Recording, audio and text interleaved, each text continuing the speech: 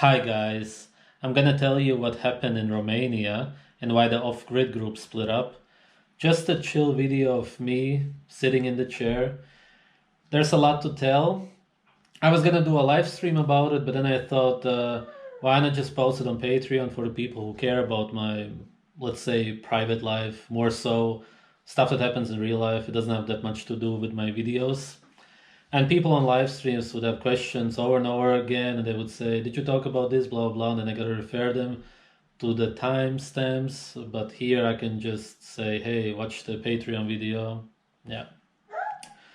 Anyway, in hindsight, when I think about this whole idea of going off grid with people who only know me from my videos, so in other words, they don't know me, because at the end of the day, me in my videos, that's a character, that's still not me in real life. That's how it is for all YouTubers. Some, of course, are completely fake, and some are somewhat as they are in real life, but you can never be really yourself. That's just not even possible, because you're doing a video about a topic, you gotta be a certain way. Anyway, just being together with people that you don't have any connection with, it's not even friends, and certainly not family, it can never work. Of course, in some way I understood it, but then I thought, yeah, it's people who have the same idea. Go off grid, escape from this whole unicorn thing, whatever may happen. Yeah, even you have the same plan, sort of, then I thought it could or even should work out, but of course not. Also, some people always commented that it was my idea to do this, but it's not quite so. Actually, firstly, Luna was always the one to talk about going off-grid, but she wanted to go with me and our son off-grid. She never wanted to go with other people, to live in nature. So really off-grid. This was renting a house with people and then looking if we would go off-grid depending on what happens and so on. And this, of course, was a bad idea. This was my idea, which she didn't like. And we had arguments about it, also at the house. But I thought that you need other people, because if you gotta hunt, I didn't think that I could do it alone. I don't even have experience. But other people there also did. And of course, now, looking back, pretty much nobody there could have done anything anyway. Even if you could somehow pull this off, you would need people that you trust, and then also people who can hunt. Pretty much none of us there could do anything at all, and most of the guys there were not physically even capable of doing anything, even if they would have had to, and they also didn't have any motivation to do anything. It was more about sitting on the computer, doing nothing really. Totally not the idea of the off-grid, which is completely wrong in so many ways.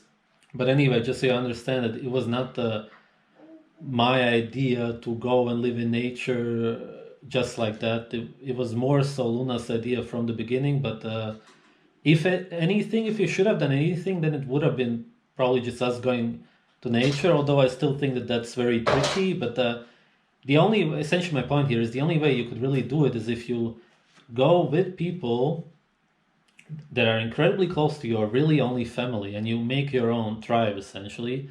And that's how it would be in nature anyway. You have a lot of children, you have all your grandfathers, grand and so on, grandparents living together, everything, and that's your tribe, your group, not some people from the internet or something. It doesn't work at all. Anyway, so we arrive at the house. Obviously everything's cool, everybody slowly arrives, everything's fun and games, blah blah blah. We slaughter some animals. One of the first things was when this family that arrived, and they quit veganism 2-3 months ago, ex-vegans. They were incredibly into yoga, so they just switched their religion from veganism to yoga. And so they were doing this yoga pretty much the second day when they arrived, and they were saying something about getting energy from yoga. And all I said, because I just say my opinion, even though it was obvious that they wouldn't like it, is you can get energy. And I said it super calm, nothing. I just said I don't think that you can get energy by doing exercise, because you're exhausting yourself, you're losing energy, right? And these are people who had incredibly dark eye circles, of course, from the veganism, like 5 years, but still they were not healing. They did it in a fasted state, so they were starving themselves while doing it, losing more body fat. And then they slept a lot during the day, so they were super exhausted. I could already tell, but he looked at me with those really dark eye circles and really mad at me, like, how dare you question my religion? Only because I said that. So I already knew that this is not going to work out. Besides them always sticking to themselves, it was just obvious that they were not even gonna stay with us anyway. This was not a long-term thing, not at all what I imagined. That was going nowhere basically anyway. Then there was a guy who I should have known. He was autistic, which he said himself later on, not to me, but I found out. But I obviously noticed right away. He had, let's say, no social skills. Obviously, no empathy, no feelings. Just super awkward. All of that stuff. Later on, I found out that he said that I was antisocial or something with social, something really ridiculous, because it was coming from him, who had problems with everybody. He couldn't communicate with anybody. I guess he was projecting. I don't know if it's his insecurities or whatever was going on there, but he was somebody who was talking behind my back. Another guy too, which I found out later. One of the guys was also hitting on Luna behind my back, or trying to. She only understood later what was going on. She obviously rejected him, and he got really mad. Now, this guy I also should have known, because I also heard from other people he had no face expressions whatsoever. Then I found out that he was a drug addict for 5+ years, which means that he had an incredibly toxic body. He was just screaming toxicity. He was basically a pest, not a real human, because who on earth would try to hit on somebody else's girlfriend at the house where you invite them? You do everything for them. I can't think of anything. And really, I think that this guy was the closest guy I've ever met closest to a psychopath, really. And there's a lot more to this. He actually had a criminal past, and this is no joke, nothing. Really, when we went to Romania, he said that he would set up, because he was doing stuff on the dark web, so he wanted to kidnap children, I guess Romanian children, and make snuff films, torture films for the dark web, and make money from it. If you don't believe me, he also said this to another guy. I could confirm. So this was actually an idea, and he said how he would make money, and he made money in very messed up ways already. I won't get into too much detail, but just so you kind of understand who you were dealing with and why he could do such a thing. So obviously, after the rejection, he got really mad on that day. So the off-grid thing didn't last super long anyway. It was something around 2 weeks. We didn't get into a physical fight, but obviously there was a lot of tension. Okay, baby. Okay, this will be shaking a bit. It's fine, it doesn't matter much. Okay, Luna took him. We got into a sort of a fight, basically. Then, okay. Yeah, okay, so the family. Oh yeah, they were very loud. So I had made this video, I was trying to edit it, and for 2 hours they were incredibly loud. So from upstairs I could hear them while editing, and they were making some kind of photo shoot for their yoga, whatever they were doing. They were very into money, also super obsessed with money. Actually, more people there, just yeah, a lot of narcissism, also from the psychopath. Really, there's a lot to it. This would be an hour-long video then. So I go to them. And they got mad at me, especially this one guy got really mad at me for telling them that they are too loud and I can't edit. And this was from the roof over, from downstairs, and the property was pretty big. They could go anywhere. And they got mad at me and like really looked at me with those dark eye circles. And I talked for them for half an hour saying, hey, there's a lot of space, why don't you go there? You already did this, and this wasn't the first time. I've said this to them many times, and a lot of people complained also that they couldn't sleep. Baby couldn't sleep also because they were too loud. I had to tell them, hey, move please somewhere else. Then they still stay there, do their thing, blah, blah, blah, over and over. So I just couldn't take it anymore.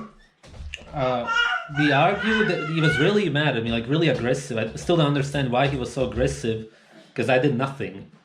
I guess they just literally, I don't know what it was, narcissism or something. They literally couldn't be told what to do or told any other opinion. You just couldn't bother them basically when they're doing their thing. And I said, hey, finish it, whatever, I don't mind. But they were like, no, we're always going to do it this year. And then they said the thing that kind of pissed me off. They said, well, then find a different room. So, hey, I told them, I was the one who rented the house for everybody, and I'm supposed to then find a different room, even though there's tons of space. It's just incredible to deal with these kind of people. So I go back to the room. I'm thinking, this isn't right. It's never going to work. You already had these issues. It's 100%. This is done. I go back to them. I give them their money back for the rent, and they stay there for free the whole time. So I even paid for their stay, basically. I don't care. I just want them to leave. I say, pack your stuff within 1 hour. I want you to leave. Okay. They don't respond anything. I go back. Guess I was editing or whatever. 50 minutes later, they're still doing their photo shoot, doing nothing whatsoever. I said, leave. They said, yeah, we are going to leave today. Okay, I don't know when. I don't know what they mean. But I gave them an hour to do it, and I gave them the money back. They had literally no reason not to do it, except, again, to be super disrespectful, even though I organized the whole thing. So I went upstairs, grabbed their empty bag, completely empty, threw it downstairs, just from the stairs, and said, symbolically, hey, you gotta leave. Then 2 of them rush at me on the stairs. I defended myself, and we almost got into a proper fight, but we didn't. For whatever reason, I guess we both didn't want to do it, or they were scared, or whatever, to have conflict.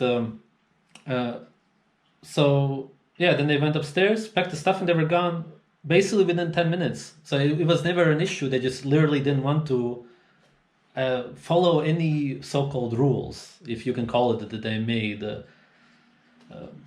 I just said it on the spot. There weren't even any rules in the house, except to maybe not make noise at night. Anyway, they left, and the other guys also left. The autistic guy, of course, also. Then later on, I also found out all this stuff that they talked behind my back already. So overall, it was just a bunch of people basically who couldn't stand me, and I will talk more about it, why I think it is like that. Who ended up here. It was just all a mistake in general. I think if I should have ever done anything, I should have went with Luna and the babies somewhere. That was the only logical thing here. Or with a super close friend, none of which wanted to do anything. So we stayed at the house until the rent was paid, obviously, until the start of October. We left one day before because the owner of the house wanted to bring us from Bucharest for 350 euros, right? Which is super ridiculous. We even took a taxi, only paid like 105 he asked for. We paid a bit more. And looking back, I actually didn't think there was also Uber. Could have probably taken an Uber for way cheaper, but whatever. Doesn't matter. Point is, she was trying to scam us already, so I knew she's out for money. Even though she has tons of money, she has like a house worth $1 million or something, she said, or million lei, I don't know, euros or lei, but whatever.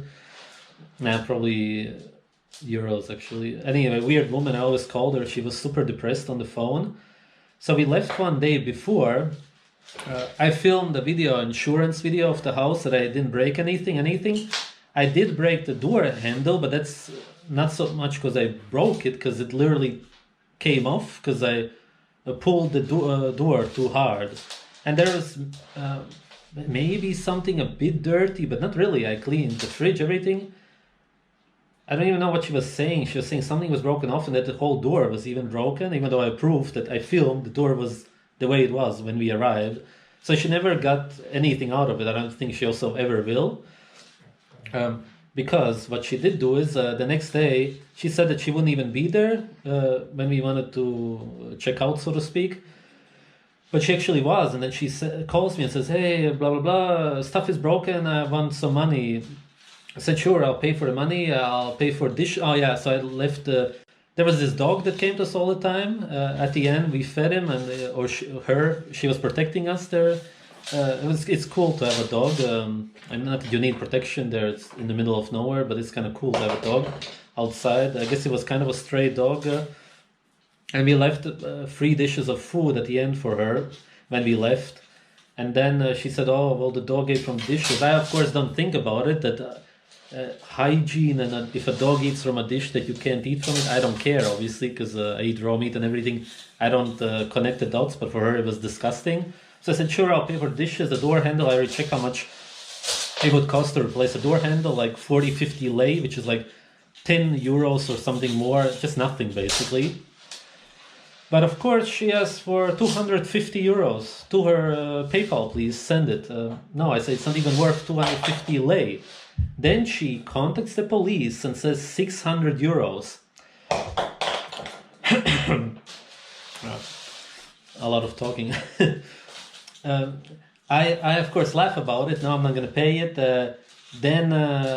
Okay, we are in Bucharest for like